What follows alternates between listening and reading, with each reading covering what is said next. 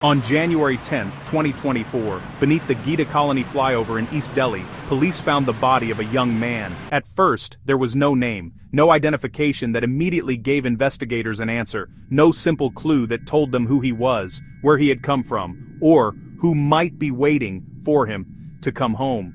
To police, this was a blind case. A body had been found. A life had ended. But the first question, the question every investigation needed before it could truly begin, had no answer. Who was he?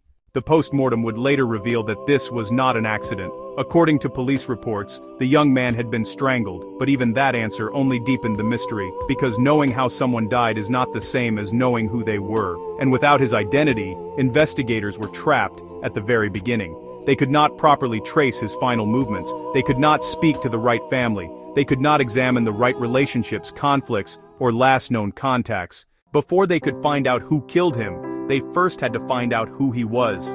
And that was the problem. The body was decomposed. The face was difficult to recognize. Traditional identification methods were not giving police the answer they needed. Somewhere, there may have been a family wondering why their son, brother, or loved one had not returned. But at that moment, beneath the flyover, he was still unknown.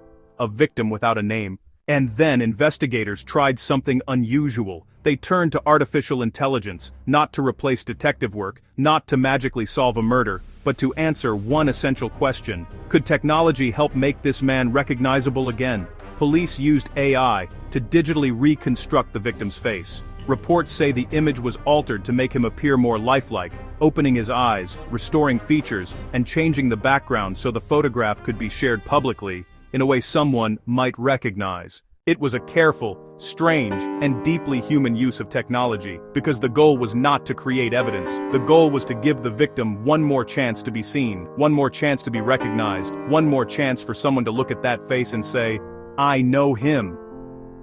After the reconstruction was complete, Delhi police began sharing the image. Reports say officers created hundreds of posters, roughly 450 to 500, showing the reconstructed face of the unidentified man. Those posters were placed across parts of Delhi. The image was also circulated through WhatsApp groups, widening the search beyond the streets and into the phones of ordinary residents. It was a simple idea. If police could not identify him through what was found on his body, maybe the public could identify him through his face. Maybe someone had seen him before. Maybe someone knew where he worked.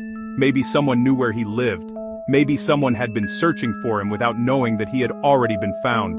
In a case like this, recognition changes everything. A name gives investigators a starting point. A name gives them a family to contact. A name gives them a life to reconstruct. And in this case, the poster did what police hoped it would do. A man saw the reconstructed image and contacted authorities. He identified the victim as his brother.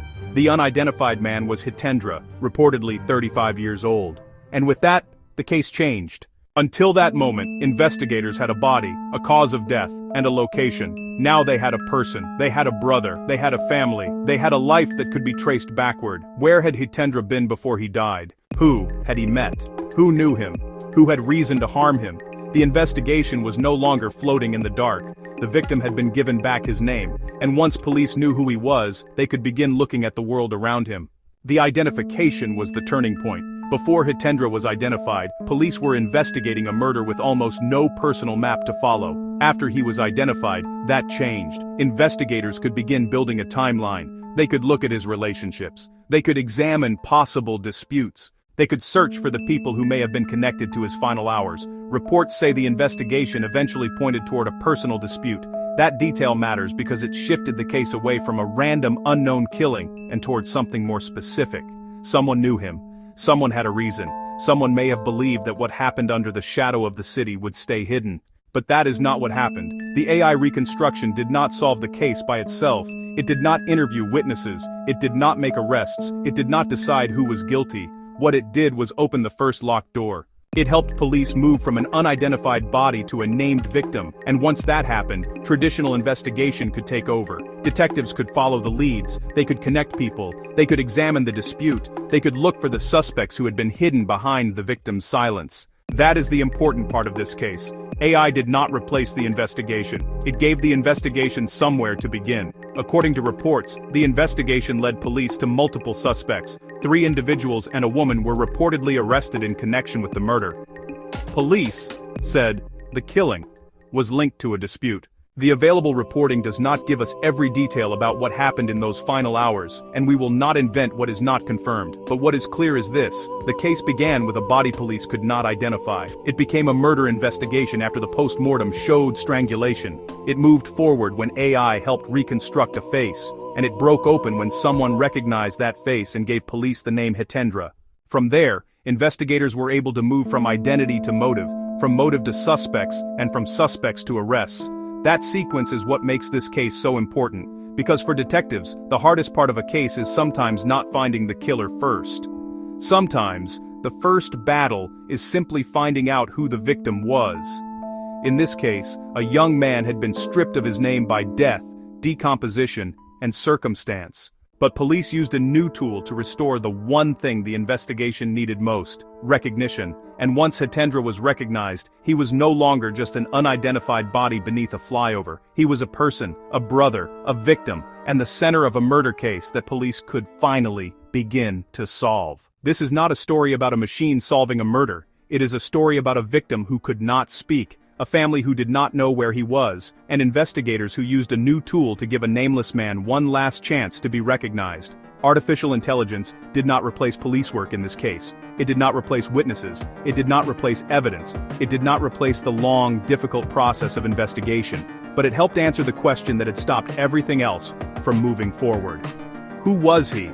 And once that question was answered, the case changed.